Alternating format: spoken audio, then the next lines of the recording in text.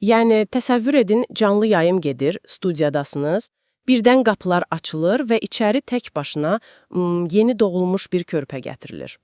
Aha, həqiqətən də çox qeyri-adi bir mənzərədir. Düzdür. Ana yoxdur, ata yoxdur, sadəcə kameralar və o kiçik uşaq. Biz bugün sizin bizə göndərdiyiniz materialları araşdıranda ilk diqqətimizi çəkən məhz bu səhnə oldu. Və inanın mənə, bu sadəcə verilişə çıxarılan qəribə bir körpə xəbəri deyil. Bəli, bu Gəncə terrorunun o dəhşətli qaranlığından doğan çox real və heyrətamiz bir sağ qalma hekayəsidir. Tamamilə. Bugünkü məqsədimiz də elə bu hekayənin dərinliyinə varmaqdır. Yəni, qeydlərə baxdıqca adamın beynində çoxlu suallar yaranır. Mənim üçün ən qəribəsi o idi ki, yeni doğulan Rəşadı təhsir dairəsi verilişinə göndərən anası Sevil Əliyeva özü studiyaya gəlmir. Aha, uşaq aparıcı Lalə Azərtaşa böyük bir sürpriz kimi təqdim olunur, amma ana ekranda yoxdur. Bax, məni də elə ən çox maraqlandıran budur. Ana evdədir, digər yandan mənbələrdən öyrənirik ki, ata, yəni Talış, hazırda hərbi xidmətdədir. Deməli, valideynlərin heç biri orada deyil. Dəqiq. Mən həmişə düşünmüşəm ki, bilirsik, belə vacib, emosional anlarda ailə bir yerdə olmalıdır.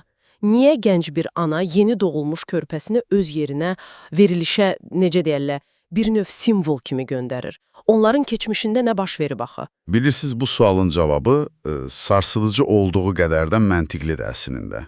Məsələ burasındadır ki, Rəşad fəlakətin içindən çıxan ikinci həyatdır. İkinci həyat? Birincisi kimdir ki? Birincisi elə onun anası Sevilin öz həyatıdır. Yəni, Gəncəyə edilən raket hücumu gecəsi Sevil ağır dağıntılar altında qalıb. O gecə o valideynlərini itirib. Amma ən heyrətamiz detal tam başqadır. Onu o dəhşətin içindən, o betonların altından tapıb çıxaran adam peşəkar xilasedici deyildi. Öz sinif yoldaşı idi. Və o sinif yoldaşı indi Körpə Rəşadın atası, yəni Sevilin həyat yoldaşı Talışdı.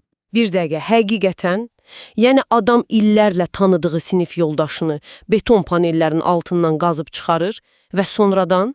Bəli, sonradan onlar ailə qururlar. Vay, bu doğrudan da inanılmazdı. Yəni mənim aləmimdə bu sıfırdan ev tikməyə bənzəmir. Bu daha çox güclü zəlzələdən sonra qalan ən sağlam iki sütunun bir-birinə söykənib ayaqda qalmasını xatırladır. O sütunlar bir dəfə o sarsıntını görübsə, onları kiçik küləklər asanlıqla yıxa bilməz. Çox dəqiq bənzətmədir. Amma mən başqa bir şey anlamağa çalışıram. Adi həyatda ailə qurmaq illərlə formalaşan bir prosesdir. Dağıntılar altındakı o bir neçə saatlıq qorxu necə uzun illərin sınağından çıxmış bir münasibəti yarada bilir? Baxın, toxunduğunuz bu nöqtənin elmi izahı var. Bu, sadəcə abstrakt bir sağ qalmaq instinkti deyil. Psixologiyada biz bu dinamikanı ekstremal travma bağı kimi izah edirik. İnsan ölüm qorxusu yaşayanda beyin küllü miqdarda adrenalin və eyni zamanda oksitosin, yəni bağlama hormonu ifraz edir. Yəni səni o qaranlıqdan dartıb çıxaran adamı görəndə... Beyin dərhal həmin insanın mütləq təhlükəsiz zonası, yeganə qurtuluş kimi qeydə alır. Deməli, o an yaranan bağ adi kafedə tanış olan iki insanın bağı deyil. Onlar normal münasibət mərhələlərini, yəni flörtü, ilkin tanışlığı falan birbaşa atlayırlar. Tamamilə. Onlar ən pisini artıq birlikdə görüblər. Orada heç bir sosial maska, qayda yoxdur.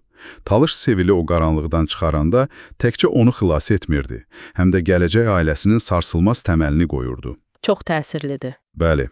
O verilişə tək gətirilən Körpə Rəşadda məhz bu təməlin, hər şeyi itirəndən sonra yenidən dirşəlişin canlı sübutudur.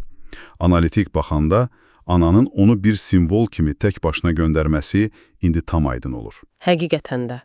Bütün bu detalları bir yerə toplayanda mənzərə tamam başqa cür görünür. Bu sadəcə quru bir xülasə deyil. Bu, dəhşətin fonunda bir sinif yoldaşının fədakarlığının necə balaca Rəşadın simasında davam edən bir gələcəyə çevrilməsidir. Düzdür. Böhran anları xarakteri və münasibətləri ən təmiz şəkildə ortaya çıxaran yeganə filtrdir. Baxın, mən istəyirəm ki, siz, yəni bizi dinləyənlər bunu bir düşünəsiniz. Həyatınızda adi saydığınız, sadəcə sinif yoldaşı və ya həmkar dediyiniz insanların hansı biri böhran anında gələcəyinizin ən böyük sütununa çevrilə bilər. Bunu əvvəlcədən bilmək mümkün deyil, amma mütləq düşünməyə dəyər. İzlədiyiniz üçün təşəkkürlər.